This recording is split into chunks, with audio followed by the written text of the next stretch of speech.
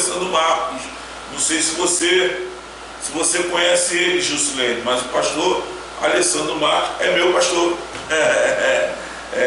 Não sei se você conhece o pastor Alessandro Marcos. Se não conhece, hoje você vai conhecer. O homem é fera, né? Daqui a pouco a Igreja Batista Nova Filadélfia começa a entrar aí, todo mundo, paz, pastor, paz, pastor, paz, pastor. Né, pessoal, um homem muito amado pela sua igreja, por todos nós, né? Sua simplicidade nos constrange. A verdade é essa, graças a Deus por isso. Mas e aí, pastor, Gideão hoje, como é que tá? Tudo em paz, boa noite, boa tarde, né? Boa tarde, já à noite aí, se aproximando. Que alegria poder estar aqui junto com o mestre, né?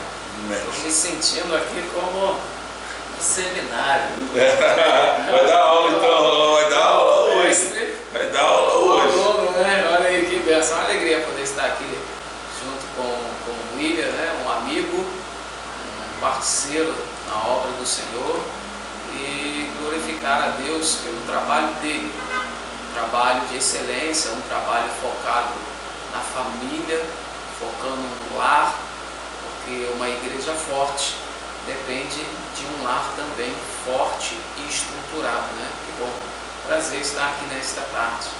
É isso aí.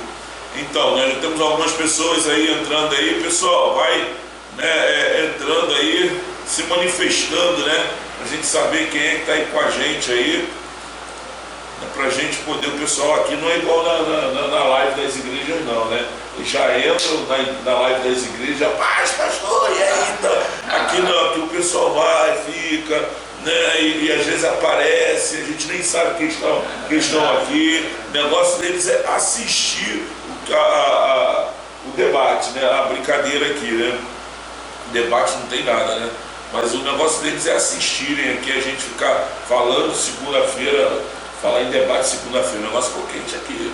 Segunda-feira eu peguei no pé do pastor Felipe, do pastor Ruberlan aqui, e o negócio ficou quente, né? Quem estava aqui com a gente aqui gostou bastante. Legal. Né? Foi um debate bem, foi debate, né? Aí eu falei, olha, eu vou dar mole com vocês não, vocês estão querendo derrubar a mesa aqui, mas não vai não. Né? Então, pastorzão, a Zô Rezende, né? Zô Rezende, Pai do Senhor, sou convidada. Legal, Zô, seja bem-vinda, né? Quem te convidou, se estiver aí também com a gente, né? Graça e paz. Então vamos lá, hoje nós vamos falar sobre a vida de Gideão. Eu vou começar aqui porque o pastor Alessandro, logo, a nossa live, ele tem lá o seu compromisso com a live também da igreja. Então o pessoal, conforme for entrando aí, eles vão, né, vão participando aí com a gente aí. Mas eu vou começar, né, porque por causa do compromisso do pastor Alessandro, quero prendê-lo até muito tarde, senão ele acaba saindo daqui também sem tomar o café, e aí depois vai ficar igual o pastor Carlos Henrique, né, nas redes sociais, na live da igreja. Eu fui lá no Casais Saudáveis, não tomei nenhum café, não sei o que. O Carlão fala assim, né? Eu fui lá e não recebi nenhuma oferta. Meu Deus do céu, aí só pegando ele mesmo, né? Não tem jeito, né? Mas a gente louva a Deus pela vida de todos vocês, né? Inclusive ele vai estar aqui no dia 27, é isso, pastor? Dia 27, quarta-feira, ele vem para cá, vai vir para cá o Carlão, vai falar aqui sobre a família de Raabe, né, comigo, e depois daqui vai lá para a nossa conferência lá, né, lá na igreja, nossa conferência que começa dia 27 e vai ser dia 27, dia 31, né, onde nós vamos falar sobre vírus que adoecem as famílias. Vai ser lá na nossa igreja. O pastor Carlos Henrique vai pregar na quarta-feira, e no domingo de manhã o pastor Adriano Moreira, e no domingo à noite o diácono André, né, lá da nossa igreja mesmo, líder dos casais da nossa igreja. Então, né, fique ligado, porque vai ser vai ser Online. televisionado. Isso. Televisionado. Rafael Crespo tá aí, ó. Tem lanche? Olha lá, tá vendo? Tem lanche aí? Tem, lanche. estamos esperando você aqui, né? Se der para vir, parte para cá, né? Se não der, não tem problema não, né? Aí o Rafael era para vir estar com a gente, mas Patrícia Gandra, lá teve da um igreja. problema aí com o pai dele aí, né, de saúde. Weber. Inclusive eu queria pedir a vocês que estivessem orando pela Aline. A Aline ontem esteve aqui com a gente, ela e o Luiz, e a Aline começa uma sessão de quimioterapia na próxima semana. Depois dos médicos falarem que o câncer dela tinha sido eliminado, ela volta a fazer um exame e os médicos falam que o câncer agora é maligno e ela vai ter que fazer uma nova sessão de quimioterapia e tal. Ela esteve até explicando aqui ontem para o pessoal. Então eu queria pedir vocês que estivessem orando pela vida da Aline. A Aline é uma bênção de Deus, né? E ela e o Luiz, e a gente louva a Deus pela vida desse pessoal, mas o servo de Deus não está livre dessas coisas, né? Nós não estamos. Vamos lá, gente. Gideão, hoje nosso propósito aqui é falar sobre o valor da confiança no Senhor. Eu estou contigo, disse o Senhor. Nas conversas com Gideão, Deus afirmou sua presença repetidas vezes. Primeiro ele afirmou por palavras: já que eu estou contigo, ferirás os medianitas como se fossem um só homem. Segundo, Juízes 6,16. Segundo, ele afirmou por sinais. O anjo do Senhor fez subir fogo para consumir a oferta de Gideão. Enquanto pessoas faziam ofertas ao Senhor todos os dias, era muito raro o próprio Senhor mandar fogo para as consumir. Antes de sua segunda missão, Gideão recebeu mais 3 sinais. Deus então deixou o orvalho molhar uma porção de lã e depois fez com que essa porção de lã ficasse seca. É isso? Lá em Juízes 6, 36 e 38. Nas vésperas da batalha, Deus permitiu que Gideão ouvisse uma conversa entre 2 soldados midianitas, confirmando a sua vitória iminente. Terceiro, Deus afirmou sua presença através de promessas cumpridas, principalmente no livramento do povo pela mão de Gideão. As demonstrações de Deus foram convincentes.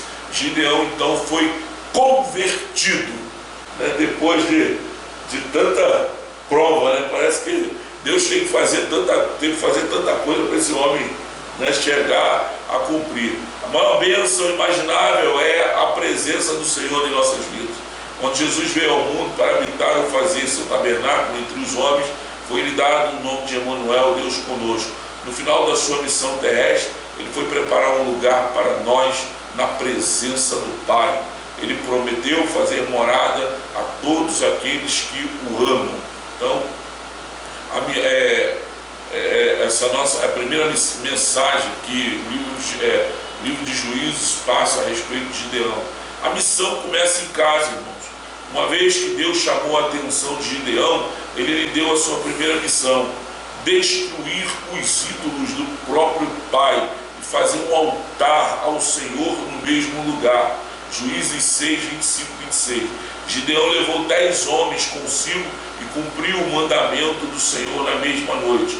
Os vizinhos ficaram irados, mas o pai de Gideão me surpreende. A atitude do pai de Gideão é fantástica. Ela é uma lição, assim, traz um ensinamento muito legal para a gente, O pai de Gideão entendeu o significado de seu ato e o defendeu. Imagine, um Deus que não consegue, olha a lição que o pai de Gideão dá. Um Deus que não consegue se defender contra um punhado de homens não merece defesa pelos homens. Meu Deus, parece que Joás, pai de Gideão, foi o segundo convertido nessa história. Nossa missão, como a de Gideão, começa em casa, tanto no Velho como no Novo Testamento. Deus destaca as nossas responsabilidades em relação à própria família. Filhos devem obedecer e honrar aos pais. Maridos e esposas devem amar um ao outro. Pais devem instruir os filhos, criando-os na disciplina e administração do Senhor. um dos alvos de cada servo de Deus é de influenciar a sua família para servir ao outro. Por fim, nós temos aqui a história, né? Gideão tinha 32 mil soldados, separa 32 mil soldados para combater os medianitas e acaba com 300, porque o Senhor diz o que? Se você levar esses 32 mil ou esses 16 mil, o Israel pode se gabar, dizer que foi ele quem conseguiu a vitória e que a vitória não foi conseguida através de mim. E aí o Senhor manda Gideão com 300, dá a vitória a Gideão, e por fim Gideão se recusa a ser rei e diz por quem eles devem ser governados, a quem devemos seguir, quem dirige a igreja atualmente. Diga que temos um profeta e outros líderes que foram escolhidos por Deus para ensinar, mas é Jesus Cristo, cabeça da igreja. Pastor, quando eu li sobre a história do pai de Gideão, a ousadia do pai de Gideão, eu fiquei muito feliz, porque ela me lembrou a minha história. Me lembra a minha história. E como assim, né? Eu, quando novo convertido, eu conheci o movimento pentecostal muito cedo. Com 15 para 16 anos, meus pais largaram o espiritismo e foram para a igreja e me levaram, e eu fui para a igreja com eles, né, com 15, 16 anos.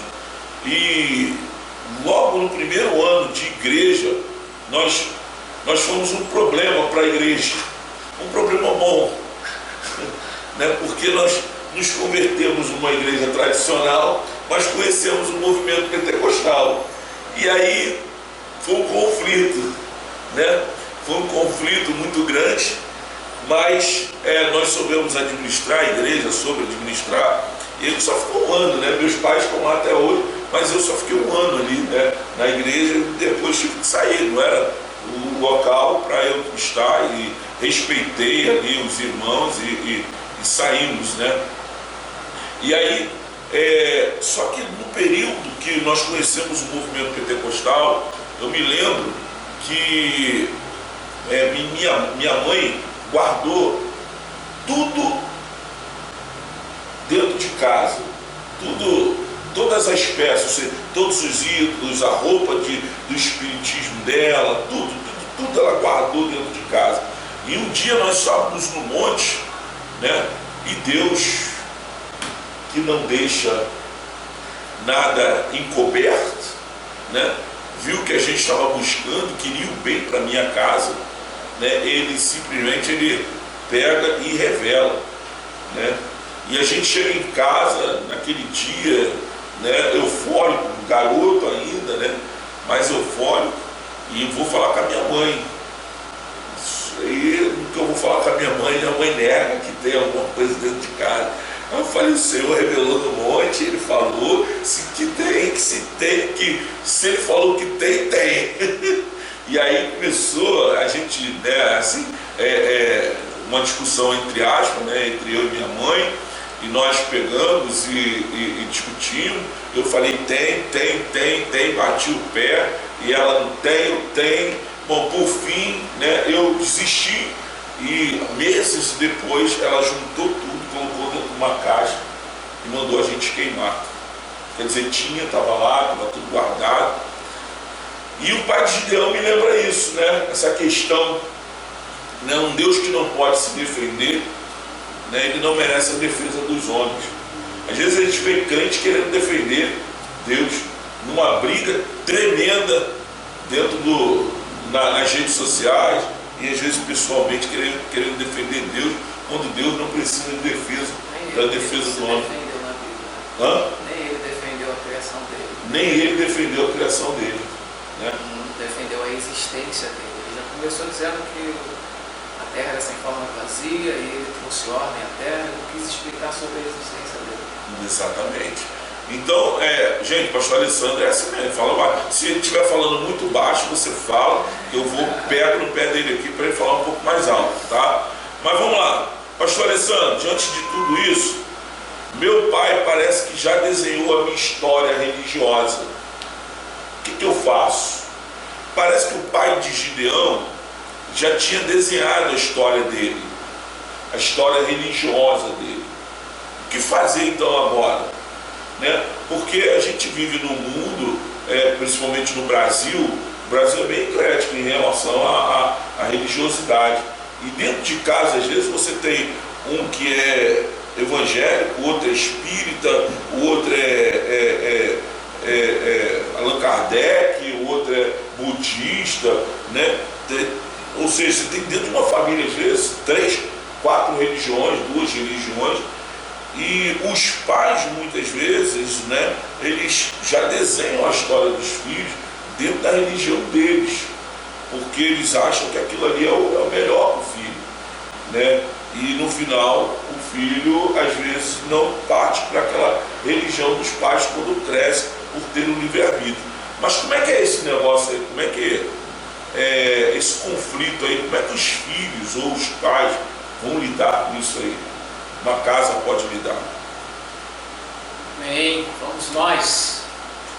Bem, é extremamente importante os pais, independente das religiões, vamos botar de uma regra. Os pais precisam passar os princípios e os valores morais para os filhos. Todos os pais precisam ensinar os filhos a andar no caminho correto, a se tornarem honestos.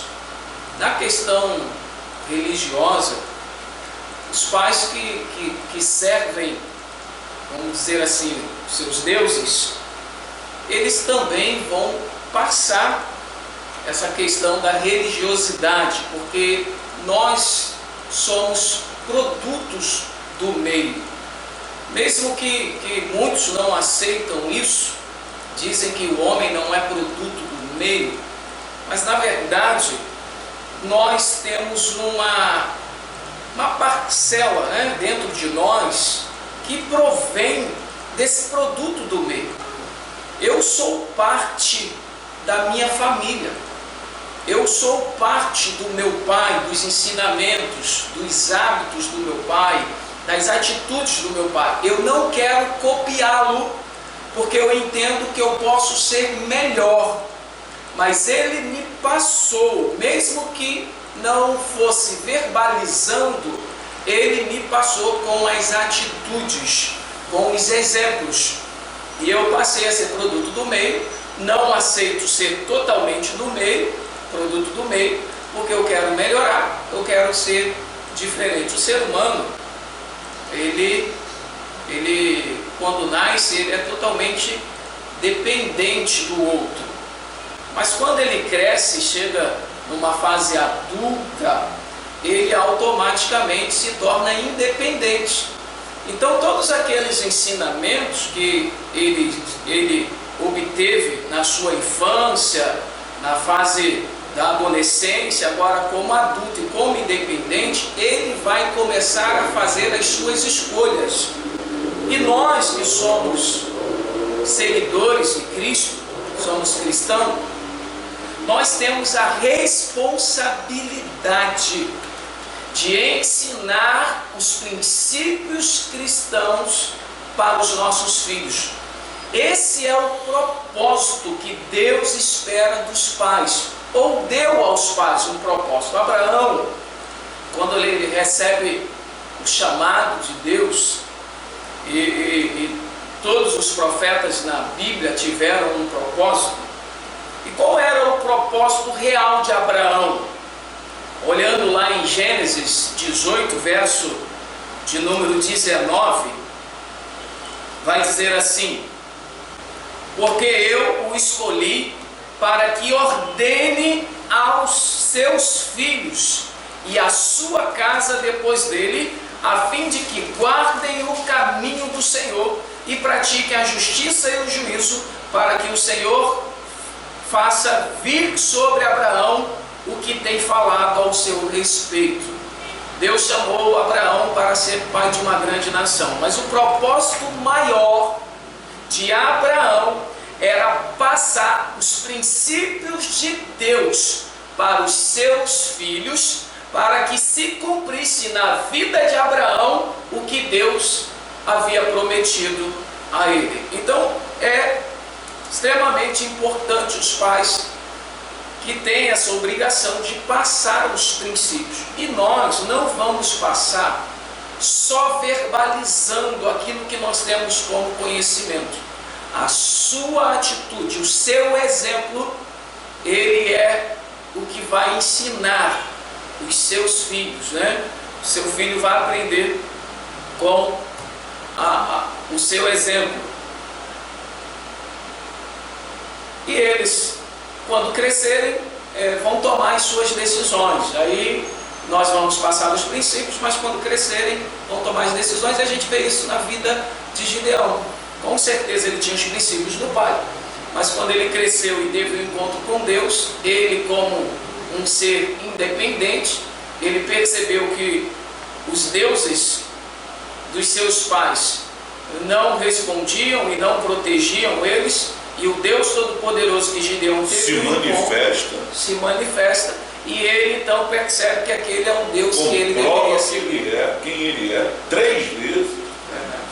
Faz. Cara, olha, Deus ali é tremendo mesmo, queria mesmo. Paciente, né? Paciente, que queria a vida de Gideão. É impressionante, né? Como é que ele queria a vida de Gideão mesmo, como Deus separa o homem, como Deus confirma, como Deus trabalha, como Deus vai até aquele homem e o convence, né? O evangelismo ali é o próprio Deus, né? É Deus evangelizando o próprio Gideão. É fácil. Porque ali, não sei, mas penso eu que havia uma questão emocional. Como é que você consegue convencer alguém emocionalmente para baixo? Qualquer coisa que você tentar falar com alguém e essa pessoa está emocionalmente para baixo, porque eles estavam escondidos. Eles vinham de um período de 7 anos sofrendo ataque dos medianitas e dos amalequitas. Isso. Que destruíam a sua colheita, roubavam os seus gados, e eles agora deveriam viver escondidos sobre cavernas. Emocionalmente eles estavam para baixo. Foi que Deus falou: eu sou contigo, Gideão, vai na sua força. E ele diz: Senhor, se tu és comigo, como nós estamos passando isso? Se o Senhor é conosco, como nós estamos passando tudo isso? Então é uma questão emocional. Está enraizada. E aí você vê os deuses, procura os deuses, os seus pais fazendo coisa para os deuses, né? Fazendo uma opção de coisa, e ninguém responde, ninguém fala. Aí vem alguém e diz assim: olha, sério, vamos dizer assim, né, dentro das minhas palavras, faz o que eu estou mandando que vai dar certo. E aí você vê: pô, peraí, cara, eu já fiz tanta coisa aqui com meu pai aqui, estou vendo o povo fazer, nada está dando certo. Pô, isso só pode ser na minha cabeça. Eu acho que qualquer um estaria com a moral baixa nessa hora. Legal, bacana. Pastor, como demonstrar respeito então pelos pais sem desrespeitá-los? Gideão mostra respeito pelo seu pai sem desrespeitá-lo. Seu pai reconhece que Gideão está fazendo algo na direção de Deus, quer dizer, e o respeita. E Gideão quebra os ídolos do seu pai sem desrespeitá-lo em nenhum momento. Isso aí é forte, né? Porque, assim, eu pergunto, irmão, porque Deus ordena, Gideão quer cumprir aquilo que Deus ordena, mas tem um caso, é meu pai que está ali, que faz aquilo. Eu não, por mais que seja o Senhor, eu não quero desrespeitar o meu pai. E aí a resposta do pai, é o que eu estou dizendo, ela é maravilhosa, né? Porque o pai, ele viu, se um Deus que não pode se defender, não pode querer a defesa do homem, né? Então, deixa Deus, então quebra ele. Se eles são deuses mesmos, eles vão se defender. Então, nesse momento, Gideão, ele o quê? Ele cumpre um propósito de Deus, sem desrespeitar o seu pai. Verdade, né? Essa é uma questão, vamos dizer assim, como é que eu posso falar? Nós precisamos entender bem, porque, como eu havia falado, o ser humano, quando ele cresce, ele é um ser independente. Os pais, enquanto os filhos, eles são crianças, adolescentes, nós, como pais, nós temos o domínio sobre eles. E eu dou uma ordem. E o filho, quando é pequeno, ele automaticamente vai obedecer, porque eu tenho autoridade sobre o meu filho. Mas com o crescimento do homem, do ser, e ele se tornando independente, o pai automaticamente vai perdendo esse domínio. Mas o que o pai tem que manter agora não é mais o domínio, mas o respeito do filho para com ele. Aí é questão se o pai formou bem o caráter do filho. Porque eu não posso colocar no meu coração, no meu entendimento, que eu vou ter domínio sobre o meu filho sempre. A gente percebe que quando criança a gente já vai perdendo esse domínio. Por exemplo, filho, vamos sair, vamos para a igreja, põe essa camisa. Pai, eu não quero essa camisa. Quando bebê, você bota a roupa que tem que colocar e você leva para a igreja e pronto, você tem o domínio. Quando ele vai se tornando maior, isso já é algo que o ser humano tem que adquirir, porque ele precisa ser independente depois. Então ele vai adquirindo essa questão de ser independente, de ter as suas vontades, as suas escolhas. É importante, e é importante o pai também, os pais, terem essa consciência de que o filho, ele vai adquirindo essa independência, essa questão de escolher, não quero esse tênis, vamos comprar um tênis? Esse eu não quero. Então é importante o pai entender e começar a forjar um caráter no filho, porque quando ele crescer, ele vai prestar conta comigo, não porque eu tenho domínio, mas porque ele tem um respeito.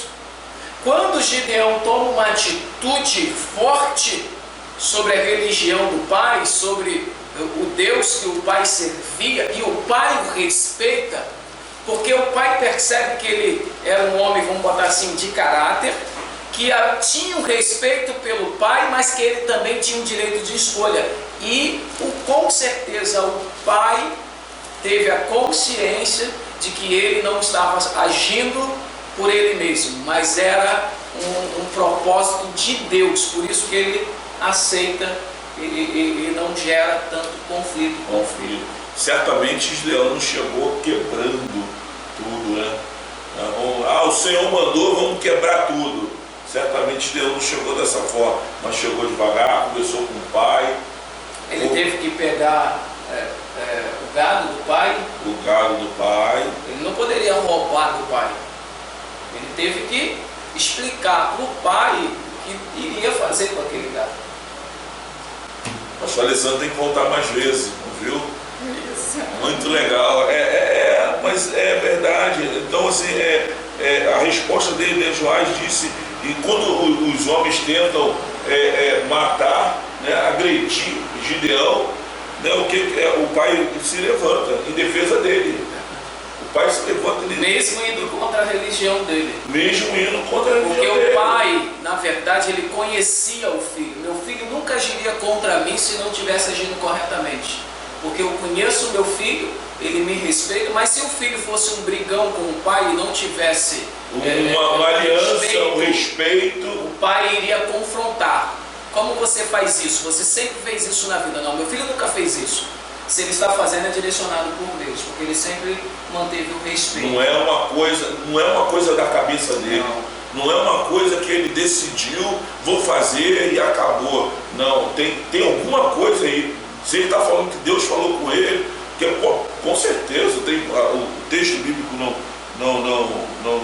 é claro nessa parte, não fala, mas eu acredito que Deus deve fazer comigo. As ações dele, certamente Deus falou comigo, pai. Na questão da parábola do filho pródigo. O filho pródigo, quando sai de casa, ele teve que pedir o pai a herança. Pediu o pai. E o filho mais velho, nunca pediu o pai para poder fazer uma festa. Então Gideão com certeza não tinha autorização para pegar o gado. E nem Deus iria mandar ele roubar o gado do pai. Exatamente. Tem os seus servos. Ué, por que você quer? O que você vai fazer? Sacrificar a Baal? Não. Eu vou sacrificar ao Deus vivo que falou comigo. Então o pai sabia. Exatamente. Uhul! Muito bom. Adriana Guedes, boa noite. Boa noite, Adriana. Lili Tosi está aí também dizendo boa noite, paz. Marcelão vai estar daqui a pouco comigo lá no Instagram, às 21 horas, né? Paz. Né? Tem mais gente aí, pastor? Vai? Tem. Então, manda aí um abraço aí pro povo aí, porque... Bênção, está conosco aí presente Patrícia Gandra, Jolira, Felipe Guedes também está conosco, Beata Sou também, que alegria, né? Os irmãos acompanhando aí, Silvânia Regina também, a nossa missionária, Luziete, olha aí, que bênção, Robson Kleber. O pessoal está aí acompanhando aí firme e forte, graças a Deus, e estão vendo aí o pastor Alessandro nos dando uma verdadeira aula a respeito de Gideão, da família de Gideão, né? A Adriana está convocando aí, não está convocando não, ela está dando parabéns para o Gilberto Godinho. Gilberto, parabéns. Érica Baião, parabéns. Olha aí, que bênção. Hoje é aniversário dessa turma. Churrascão hoje, né? Churrascão. A gente fica distante, tem problema não. Cada um na sua casa. Você manda levar quentinha lá pra gente, pra trazer, né? Quentinha não dá pra fazer online, né? Dá pra fazer o aniversário através da live. Olha aí, meu Deus. Olha só que coisa, né? Eu vou fazer meu aniversário e vou convidar os irmãos para estar junto comigo através da live. Verdade. Meu Deus. Pastor, vamos lá. Legal, gente. Inclusive o pastor hoje sai daqui ganhando uma caneca dessa, né? Vou dar uma caneca dessa para ele, né? Ele anda caindo muito, né? Então eu vou dar uma caneca dessa para ele não cair e nem ganhar nada, né? Simplesmente ficar ali no meio termo ali, chega, né? Não, sofre um pouquinho, aqui um pouquinho. Aqui o sofrimento é garantido, né? Mas vamos lá, pastor, por que eu devo manter a casa limpa? Porque eu devo manter a casa limpa, baseado, irmãos, eu estou tudo que a gente mandou, todas as perguntas baseado em um texto bíblico, né? Desde o início que nós estamos aqui, nós estamos fazendo isso. Hoje o Juízes 6:26, edifica ao Senhor teu Deus um altar. Essa é a ordem do Senhor a Gideão. Então a pergunta, ela é, pastor, por que eu devo manter a casa limpa, edificar? Qual a importância de edificar um altar ao Senhor? A questão... Adriana Guedes, paz, pastor. Paz, Adriana, Deus abençoe. 8 horas, às 20 horas, estaremos com a live da Igreja Batista Nova Filadélfia. Eu sempre anuncio no Fiquem final. ligadinhos aí conosco, né? Vamos lá, porque manter a casa limpa. Primeira questão da ordem, né? Deus, ele habita onde há ordem, né? Quando Deus, lá em Gênesis 1, quando ele diz que criou Deus os céus e a terra estava sem forma e vazia, quando ele começa a sua criação, a primeira coisa que ele traz é ordem. Trouxe luz. Quando trouxe luz, ele começou a sua criação. Então nós precisamos manter a casa limpa, porque Deus também, ele não é Deus que divide a sua glória. Deus iria agir na vida daquele povo mediante uma ação de Gideão. Primeiro, tira os postes ídolos, tira o altar de Baal, use as madeiras dos postes ídolos e sacrifica algo para mim e levanta um altar. Organiza a casa. Tire tudo que não é eficiente, que não é bom. Plante um altar ao Deus vivo, assim eu vou agir em favor de vocês. Assim também é nas nossas casas, né? Nós precisamos manter a ordem, manter a casa limpa, limpa espiritualmente também, né? A questão de a gente manter a casa organizada, manter o respeito como cônjuge, e assim Deus vai habitar, para não dividir a glória dele com ninguém. Não sei se seria isso. Não, perfeito. Eu estou pensando aqui, né? Porque eu tenho que pensar aqui para confrontar, né, irmãos? Não tem como. Mas é bacana, né? E aqui é um bate-papo, né? A gente está batendo um papo sobre as escrituras, sobre a família de Gideão. Então eu vou ouvindo e pensando, né? Essa questão do limpo, né? O nosso corpo é o templo do Espírito Santo. O apóstolo Paulo fala isso.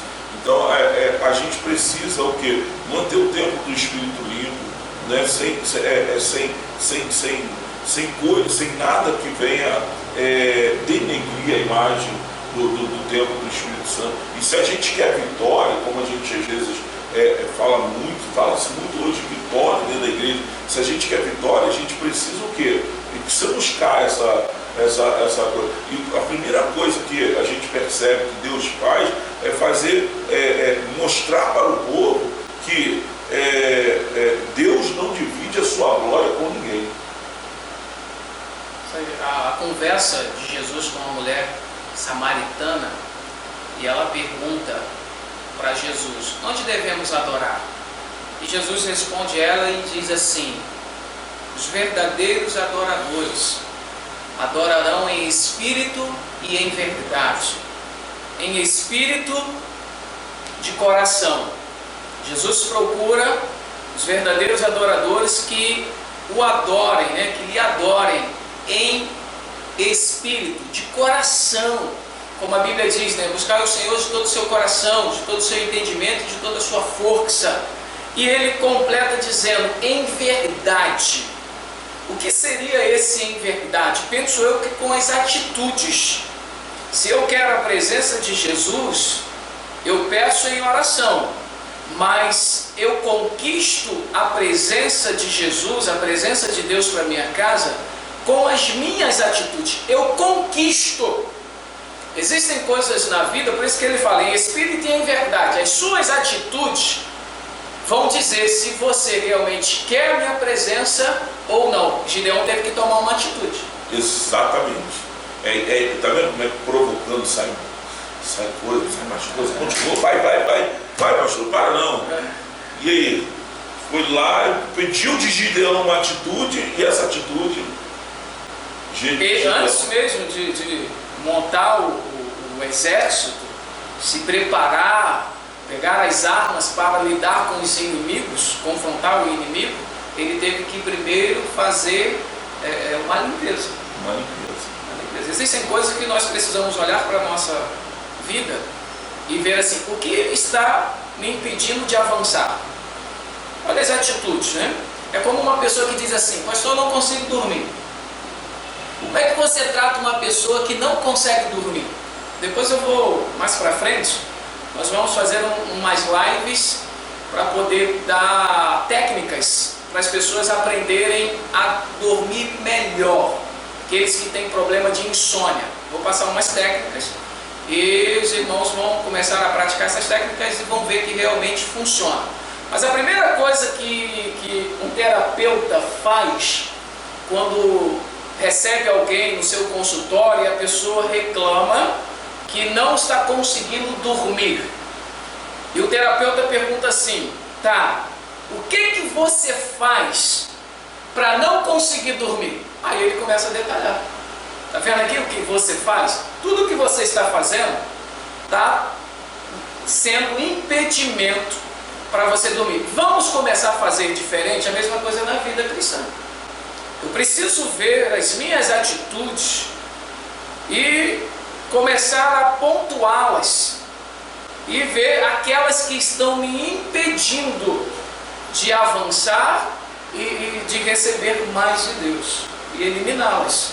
Se eu elimino aquilo que eu estou fazendo e não estou conseguindo dormir, eu vou começar a tomar novas atitudes, eu vou conseguir agora alcançar o sono, para poder ter um sono bom, um sono justo, um sono reparador e acordar com aquela sensação de relaxamento pela manhã, né? Legal, maneiro. Falando a linguagem aí da garotada aí, né, da molecada, maneiro. O homem é bom, gente. Eu falei, ó, para quem não conhecia o pastor Alessandro Marques, está conhecendo hoje. Pastor, presidente da Igreja Batista Nova Filadélfia, ali no Grande Rio, né? É um homem de Deus, simples, né? Se você chegar lá, certamente, né, você não vai sair de lá sem um abraço dele, um aperto de mão, a paz do Senhor. Se você sair de lá sem isso, é porque a igreja é grande, então você chega até ele e ele vai te atender, vai te abraçar, com certeza. Tem medo do coronavírus? Nenhum, né?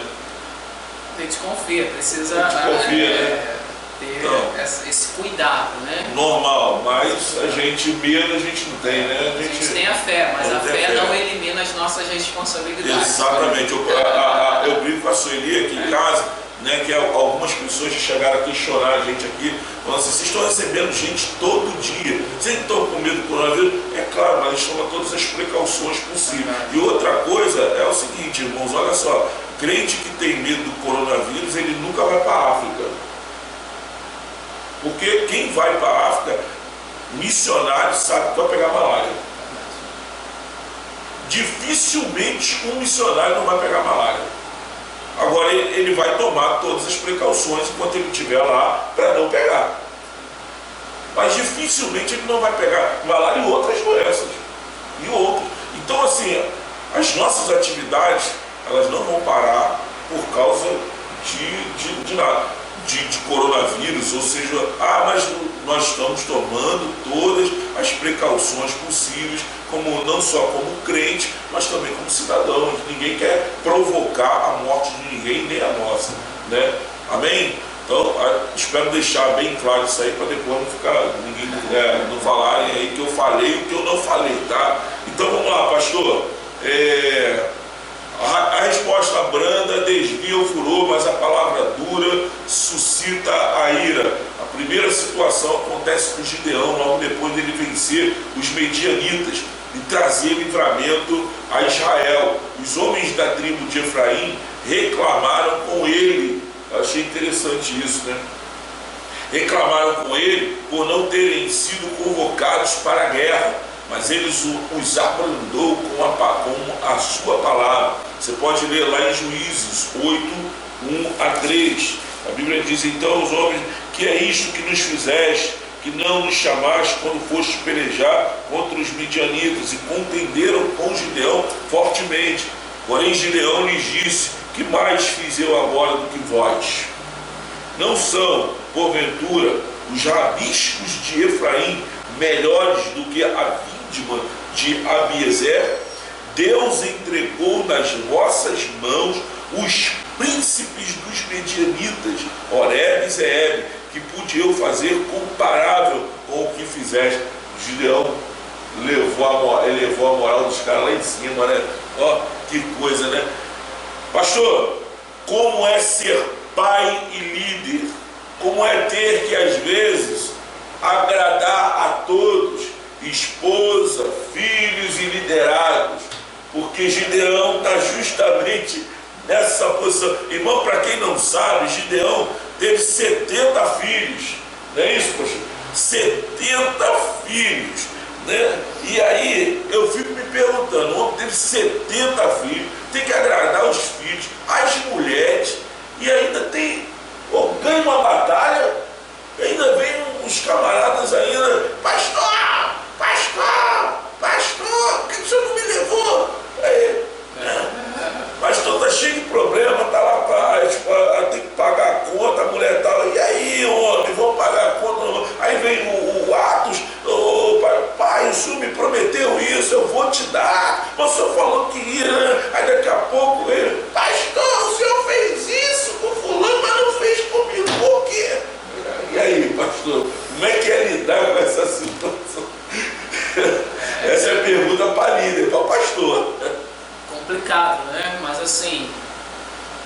tem algo que nós precisamos adquirir, é realmente aprender a lidar com o ser humano. Porque assim, olhando para o ser humano, para o amigo ou para o próximo que está ao meu lado, para as pessoas, eu vou me enxergar. Porque as pessoas têm defeitos e eu também tenho. Assim como as pessoas podem me frustrar, eu também posso frustrá-las, né? Nós somos seres humanos e somos falhos. Essa é a nossa natureza. Agora, agradar a todos não tem como. Não dá. Não pense você que você vai agradar todos que estão ao seu lado, todos que lhe conhecem. Não vai. Não tente. Não tente. Porque você vai se desgastar, você vai imaginar algo e não vai conseguir. Você tem que procurar ser melhor, não melhor que os outros, mas melhor para os outros, porque essa questão de agradar a todos é muito difícil, né? O Paixão falou sobre a questão do líder, pai, do esposo, e aí muitos dizem assim, você tem várias caras. Não, eu tenho vários papéis, né? Não é ter várias caras. Aprendi isso agora. Eu tenho vários papéis. Na igreja eu sou pastor. Meu filho vai me olhar como pai, mas na igreja precisa me olhar como pastor. Minha esposa na igreja precisa me identificar como pastor. Ali na igreja eu sou um líder, eu sou um pastor. Em casa eu sou o esposo, eu sou o pai. Na rua, com os amigos, eu sou o colega, eu sou o amigo. Na empresa eu sou o patrão. Então, não deixa de ser pastor, não deixa de ser pai. Não deixa de ser. Mas eu exerço papéis diferentes. E as pessoas precisam entender isso. O pastor lá fora ele é muito meu amigo. Aqui ele quer cobrar demais. Sim, porque aqui eu tenho que exercer o meu papel de pastor. Que exerço. O pastor ele é pastor 24 horas. Mas na igreja eu posso te corrigir. Na igreja eu posso te exortar. Na rua, na sua casa, de forma alguma. Ali eu sou seu amigo, seu companheiro. Se você solicitar um conselho, uma direção, aí sim, eu entro, explico, falo, mas na igreja sim, lá fora eu não corrijo, não bato em ninguém, até porque eu não gosto de bater em ninguém, né? Mas é essa questão de você, como líder, exercer alguns papéis, e por você exercer alguns papéis, muitos não vão ficar felizes com isso. Por exemplo, existe a questão também da expectativa e da interpretação. Por que eu não vou conseguir agradar a todos? Porque as pessoas vão olhar para mim e ter uma expectativa. Sim. Só que é a sua expectativa. E eu tenho a minha expectativa. Então você muitas vezes se frustra com as pessoas porque você criou uma expectativa dela e ela tem a expectativa que é dela, que não é sua. E ela não vai corresponder à sua. Não vai corresponder. Não vai. E a questão da interpretação.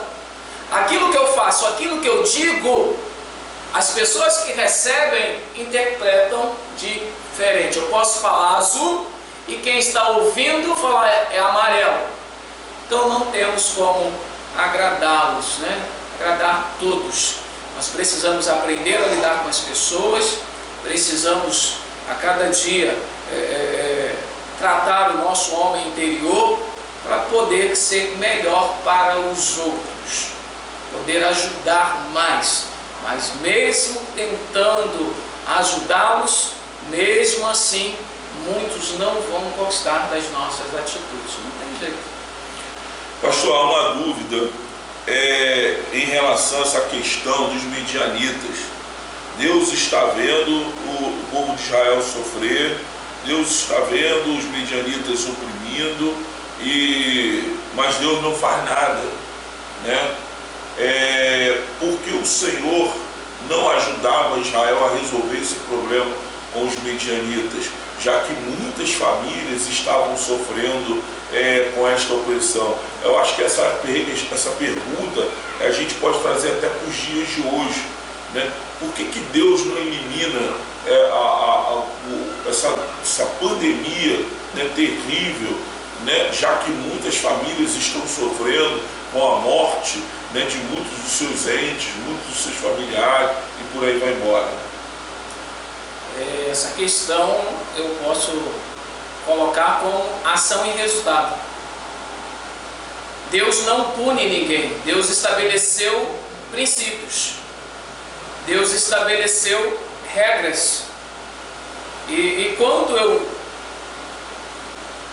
ultrapasso as regras, os princípios, não é Deus que vai me punir. São as minhas ações. Porque se eu estou, vamos trazer hoje para a nossa realidade, se eu estou roubando algo de alguém, é Deus que vai me punir ou as minhas ações? Eu pequei, Deus vai levantar as mãos sobre a minha vida e pesar as mãos dele sobre a minha vida. Não, o próprio pecado já tem a consequência para você, não é Deus. Então o povo de Israel estava sofrendo porque eles, com as suas ações, eles atraíram as maldições. Deus tirou a mão dele. Não, as atitudes do povo atraíram a maldição, porque se eles agissem corretos, isso foi um ciclo, se eu não me engano, 12 vezes, não é isso? 12 juízes. Foi. Deus levantava um juiz, trazia paz na terra. Quando o juiz morria, o povo voltava à idolatria, Deus recolhia as suas mãos, eles sofriam invasões dos seus inimigos, tinham terríveis anos de destruição, de caos. Quando eles se arrependiam, Deus levantava um outro juiz e trazia tempos de bonança. Quando o juiz morria, eles voltavam ao ciclo de idolatria, de ações errôneas. Então, assim, não é que Deus havia punido o povo. O povo com as suas ações. Hoje a pandemia. O povo se puniu. Por que nós estamos numa pandemia? Por causa das ações do homem. Porque muitos que deveriam cuidar do povo, porque estão lá para representar o povo, são omissos. Eles não estão fazendo ou cumprindo a função que deveriam cumprir. Cada um que entra no governo, entra na presidência, eles estão pensando em si mesmo. Há pouco tempo vimos aí no Rio de Janeiro 700 milhões que foram desviados da saúde pública. Então, assim, é culpa de Deus ou culpa do homem? Então, se eu estou agindo errado, todas as minhas ações vão me trazer um resultado.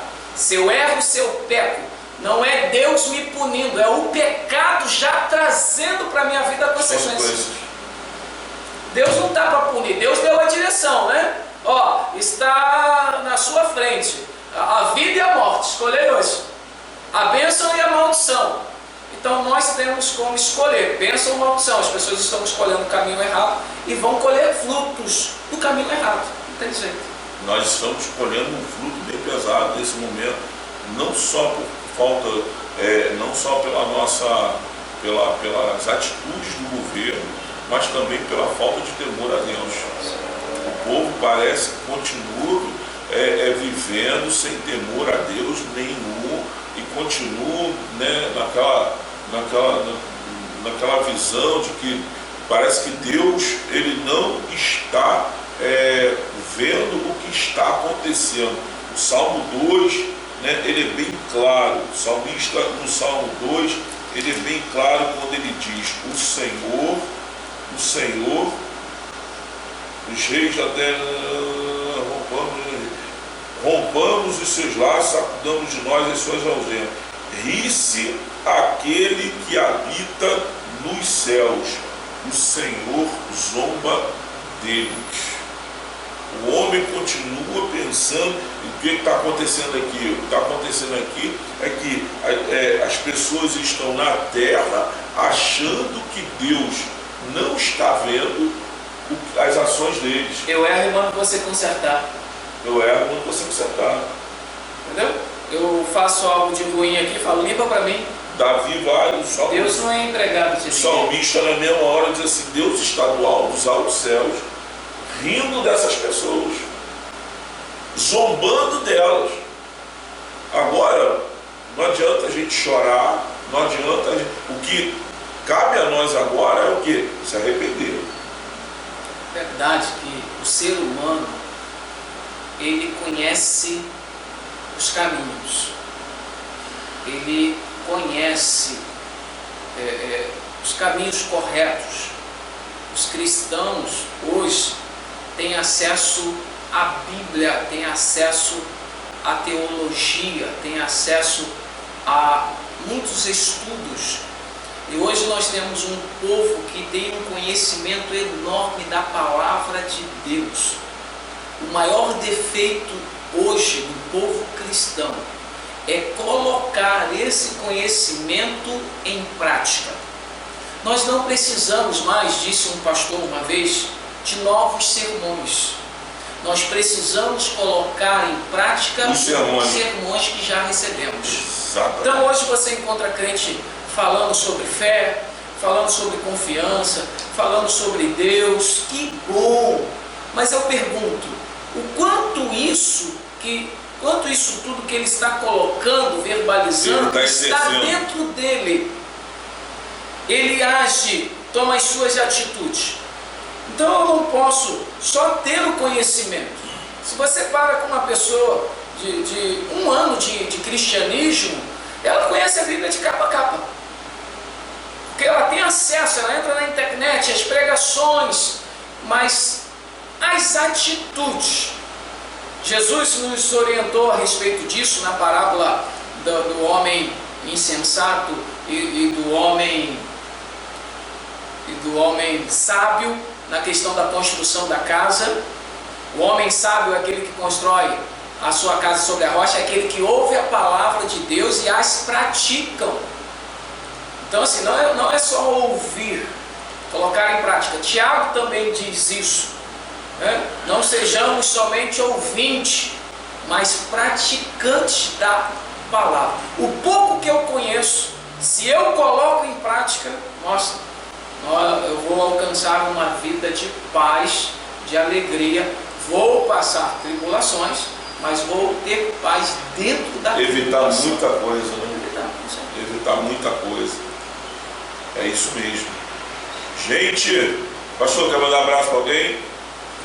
Felipe Guedes está conosco aí, Silvânia, Sueli também está conosco, Sueli Lourenço, Loredo, Silvânia Regina, Silvânia, um abraço, Deus abençoe, Beata Sou, Felipe Guedes, Patrícia Gandra, olha aí, que legal. O pessoal hoje está meio tímido até para fazer perguntas, né? Eles não estão, eu acho que é o pastor. O pastor não está deixando brecha para você fazer pergunta. Verdade é essa, né? Você vê como é que o camarada ele vai fechando as brechas todinho, vai falando e vai fechando, né? Rapaz, aí é difícil até de conversar com ele, de falar com ele. Estou me sentindo aqui no seminário, uma prova, prova o quê? Oral. Prova oral, ó. Ele faz a pergunta e o aluno tem que responder.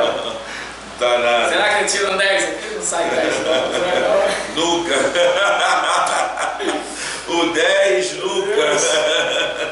9.9. Mas o 10 nunca. Gente, vamos lá. Eu sempre falei isso para a galera, né, para a rapaziada, né? Sempre falei isso para ele. Eles ficavam, né? Aí quando mandava lá 9.9, aí vinha, pô, não é 10? Não, é 9.9. Você quer que eu ache o erro aí? Eu acho que se eu achar o erro, vai diminuir isso aí. Aí eu, não, deixa 9.9. Mas no boletim é sempre 10, né? Não, a gente dá uma moral, não tem jeito, né? Essa nota 9.9 é uma nota de incentivo, porque ele vai cada dia estudar mais para chegar ao 10. Vai chegar ao 10. Porque se ele tirar o 10, ele já chega antes que eu queria. E vai relaxar. Aí vai relaxar. E vai relaxar, né? Vai relaxar. Vamos lá, pastor. Por que muitos jovens ainda se sentem como Gideão, incapazes de realizar algumas coisas em suas vidas, quando tudo o que fazem é estudar? No caso de Gideão não era estudar, né? Mas se sentem incapazes. Os jovens de hoje não tem metade das tarefas de Gideão, não tem esse chamado que Gideão tinha para abençoar o seu povo, mas se sentem como Gideão, diante de uma prova de matemática, de português, diante das matérias que são apresentadas para ele. Tem jovem que me fala assim, eu estou cheio de problema. Aí tu vem fazer... Vamos trocar. Os meus problemas e você não são. Adolescente, rapaz. Eu tenho um jovem outro dia que chegou para mim lá e falou, né, um soldado, o sargento, o senhor não sabe, eu estou cheio de problema. Eu olhei para a cara dele assim, falei, rapaz, quantos anos você tem? 18, você acabou de sair da sua fase adolescente para jovem e já está com tantos problemas. Falei, senta aí. Eu pensei que já tinha engravidado a menina. Então quando ele começou a contar, eu falei, cara, olha só, levanta, né, e ó, sai de fininho, sem falar nada, não olha para trás. Porque se tu olhar para trás, eu vou mandar te dar uns 7 dias de cadeia para você dizer que está com problema. Oh, meu Deus do céu! Mas vamos lá, pastor. Fala pra gente aí. Posso defender os jovens em parte? Pode. Porque a pergunta foi por que os jovens hoje não... Porque os jovens hoje, né, ainda se sentem como Gideão, incapazes de realizar algumas coisas na vida. Vamos lá. Até mesmo escolher a profissão, demoram, né? Alguns demoram. Mas eles são incapazes de fazer algo errado na igreja ou de fazer algo... Geral, estamos falando geral. Até mesmo dentro da igreja. Então vamos de uma forma geral. Eles se sentem incapazes de cumprir com um propósito ou um objetivo. Por que isso acontece? Acontece porque isso foi construído na vida dele. Desde a infância, quando ele começava a fazer algo e os pais não cobravam dele ir ou seguir até o término, foi se construindo que eu posso deixar para trás aquilo que é mais difícil. O que eu encontro mais dificuldade, eu abro mão. E na vida ninguém alcança nada se não for com muito esforço, com muito trabalho, com muito suor, com muita dedicação, porque o que é bom e o que nós desejamos, precisamos nos desgastar para alcançar. Então você pega uma criança, por exemplo, e compra um livrinho de pintura, e ele começa a pintar e larga o livrinho, e depois pede outro livro ao pai para comprar para ele pintar, e o pai compra. Sem perceber, o pai está construindo algo de ruim, porque o filho começou algo e não terminou, mas o pai foi lá e comprou algo novo para ele voltar a pintar. Se o pai observar e voltar lá atrás e falar, eu compro um novo, se você terminar o antigo, termine esse e eu compro um novo. Eu estou criando inconscientemente no meu filho um sentimento de persistência, de iniciar algo e ir até o final, mesmo que ele diga assim, pai, eu não quero pintar porque eu não gosto desse. Não, pinta, porque o papai comprou. Então você precisa pintar. Então os pais hoje, eles colocam os filhos para fazer certas coisas, e os filhos, quando encontram certas dificuldades, eles já não se preocupam. Então faz outra coisa. Por exemplo, até mesmo na faculdade, num cursinho, o curso não é muito bom, vou para outro. Não, vai terminar agora. Eu pago outro curso quando você terminar esse curso. Então, por não ser construído um sentimento de persistência, de luta, eles aprenderam a abrir mão. Por exemplo, se eu aprendi a abrir mão das coisas pequenas, eu chego num casamento, num matrimônio, e na primeira dificuldade eu abro mão, porque a vida inteira eu aprendi a abrir mão. Na questão religiosa, que foi o chamado de Gideão, e ele se sentiu incapaz quando ele disse para Deus assim: Deus, Senhor, eu pertenço à família mais pobre de Manassés, e eu sou o menor da casa. Como que eu vou conseguir cuidar do povo de Israel para vencer os inimigos? Ele olhou para dentro de si e percebeu que ele era pequeno, que ele era da família mais pobre. E hoje, na questão de ministério, na questão da igreja, muitos se sentem incapazes, mas eu não culpo os jovens por eles se sentirem incapazes de realizar algo na igreja. Por que eu não culpo totalmente os jovens? Porque eles também têm uma parcela de culpa, mas a culpa maior, ela recai sobre os pais. Por que sobre os pais? Porque hoje nós temos uma geração que a primazia na vida não são as coisas de Deus, mas as coisas do mundo. Os próprios pais estão enraizando no coração, na vida dos filhos, que as coisas do mundo são mais importantes do que as coisas de Deus, as coisas espirituais. E eu mostro para vocês, e vocês vão perceber isso nas atitudes que vocês tomam dentro de casa. Por exemplo, durante a semana nós temos coragem para acordar os nossos filhos 6h30 da manhã para poderem ir para a escola, irem para a faculdade, irem para o curso, passeios, eventos, viagens. Mas no domingo eu fico com peninha.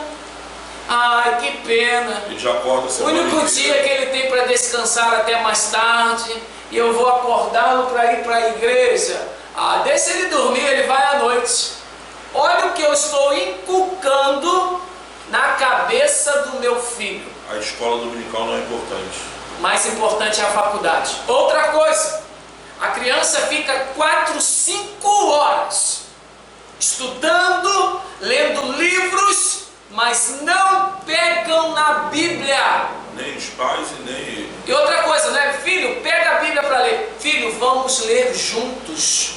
Senta aqui do lado do papai e vamos ler a Bíblia juntos. Sabe por quê, filho? Porque a vida espiritual, ela que vai controlar a vida natural. Se nós não alcançarmos uma vida espiritual estável, a vida natural vai sofrer muito. Olha o que diz lá em Deuteronômio 6, verso 4 ao verso 9. Diz assim: ouve, Israel, o Senhor nosso Deus é o único Senhor. Amarás, pois, o Senhor teu Deus de todo o teu coração, de toda a tua alma e de toda a tua força. Estas palavras que hoje te ordeno estarão no teu coração. Tu as inculcarás a teus filhos, e delas falarás assentado em tua casa. Olha, nós precisamos falar da palavra de Deus para os nossos filhos sentados. Senta aqui, filhinho, do meu lado. Vamos orar, vamos ler a palavra. E andando pelo caminho, e ao deitar-te, e ao levantar-te, também as atarás como sinal na tua mão, e te serão por frontal entre os olhos, e as escreverás nos umbrais da tua casa e nas tuas portas. Nós estamos cumprindo com essa palavra. Na verdade, o mundo, eles estão colocando a felicidade do ser humano nas conquistas. O povo hoje tem acesso a tantas coisas, mas hoje nós temos uma geração que está frustrada.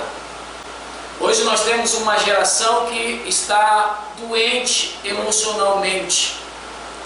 Porque hoje eu preciso ser melhor que o outro. Hoje o meu filho tem que tirar a nota melhor do que a do meu vizinho, a do meu amigo. Ele precisa ser o melhor profissional. Sim, mas isso não é primazia. A Bíblia diz que buscar em primeiro lugar o reino de Deus e a sua justiça, e as demais coisas vos serão acrescentadas. Então, o problema hoje na nossa geração, se sentirem incapazes de exercer algo na igreja, assim como Gideão se sentiu incapaz, pode se colocar uma parcela muito grande nos pais, porque nós queremos que nossos filhos leiam a Bíblia, e nós não somos exemplos de bons leitores da palavra de Deus. Não faça o que eu mando, meu filho, faça o que eu faço. Vamos fazer juntos. E eles então se sentem incapazes, porque eles estão guardando no coração, na mente, que existem coisas muito mais importantes. Agora vamos defender os pais. Os filhos não precisam dos pais, precisam dos pais e não precisam dos pais. O pai de Gideão era ímpio, e Gideão foi lá.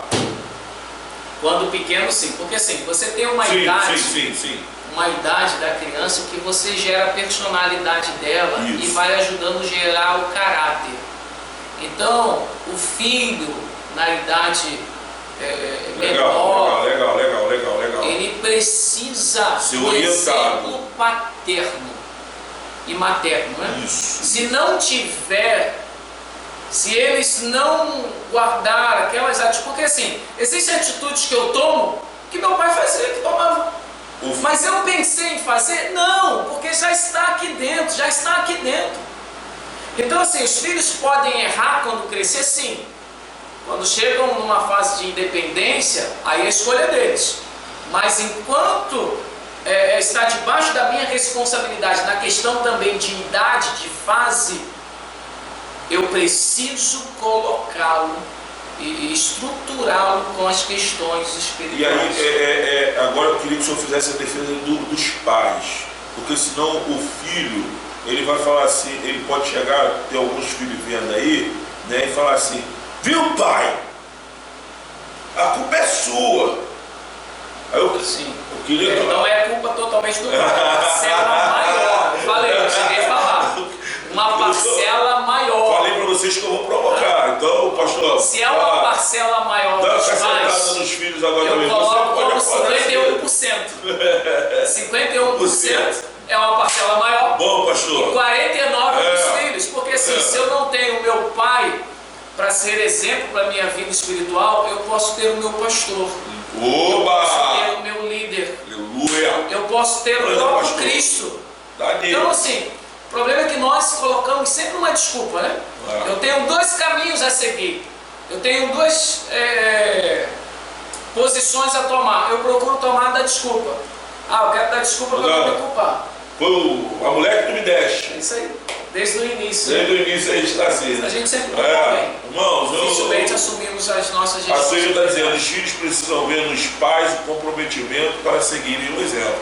Claro, né? Isso aí é perfeito, a colocação dela. Né? A Adriana Guedes saiu para comer um bolo de aipim doce que fez para o lanche. Pois é, né? E deixa a gente aqui de água na boca. Né? Ela manda um recado para Gilslene: nosso pastor é uma bênção, vem um dia nos visitar, será um prazer. Aí Gilslene já está respondendo aqui: sim, irmã, prazer será meu. Dá um bate-papo aqui entre as duas aqui, muito legal. Mas vamos lá, pastor, eu vou para a última pergunta. Por que eu pedi o senhor para defender aqui os pais? Porque Gideão foi pai e foi filho. Eu queria que o senhor falasse sobre Gideão pai e Gideão filho, já encerrando como palavra final, né? A gente já está chegando às 7 horas, né? Então eu queria que a gente terminasse.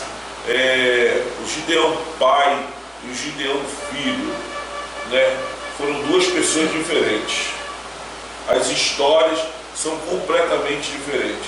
Eu queria que o senhor pegasse e como palavra final, falasse para os pais e para os filhos.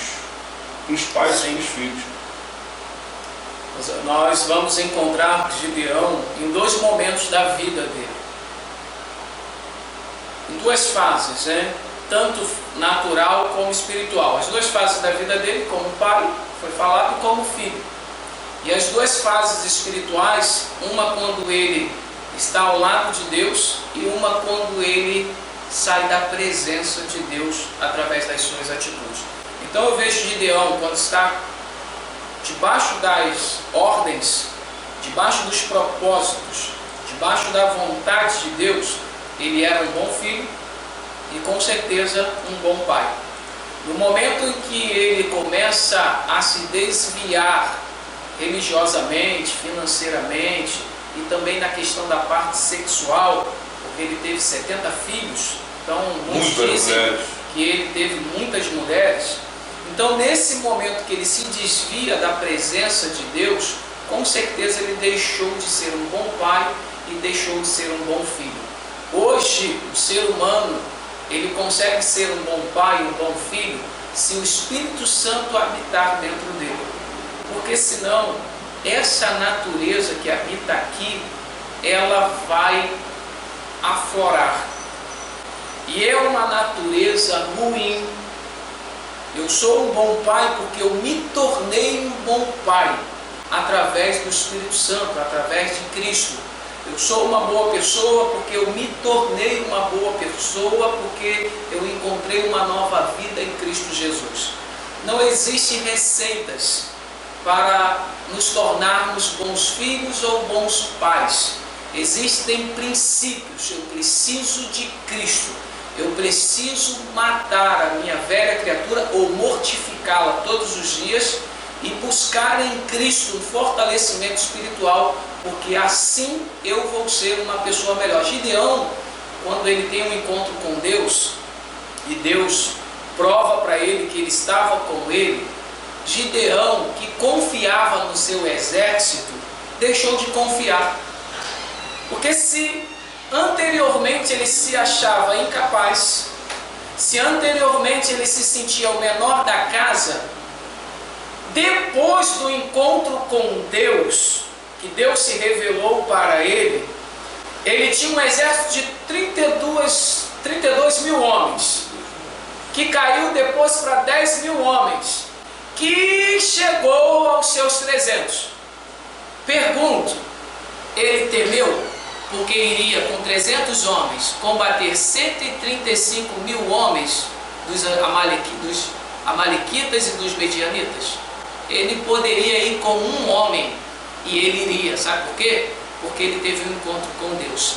E quem tem um encontro com Deus se torna pessoa melhor, se tornam, pessoas melhores. Então assim, precisamos de Deus. E Gideão mostrou isso. Enquanto ele estava debaixo das vontades de Deus, ele se tornou uma boa pessoa. Quando ele começou a se desviar, ele começou as velhas práticas da natureza carnal. Glória a Deus. Gente, acabou. Passamos até da hora, né? Acabou, infelizmente, né? Pastor, obrigado. Foi um prazer ter o senhor aqui. Né? O homem está suando, gente. Eu não sei se a sala está quente aqui. De frente com o mestre. Olha aí. Tá ligado no ar-condicionado. Mas assim, foi um prazer, foi muito legal.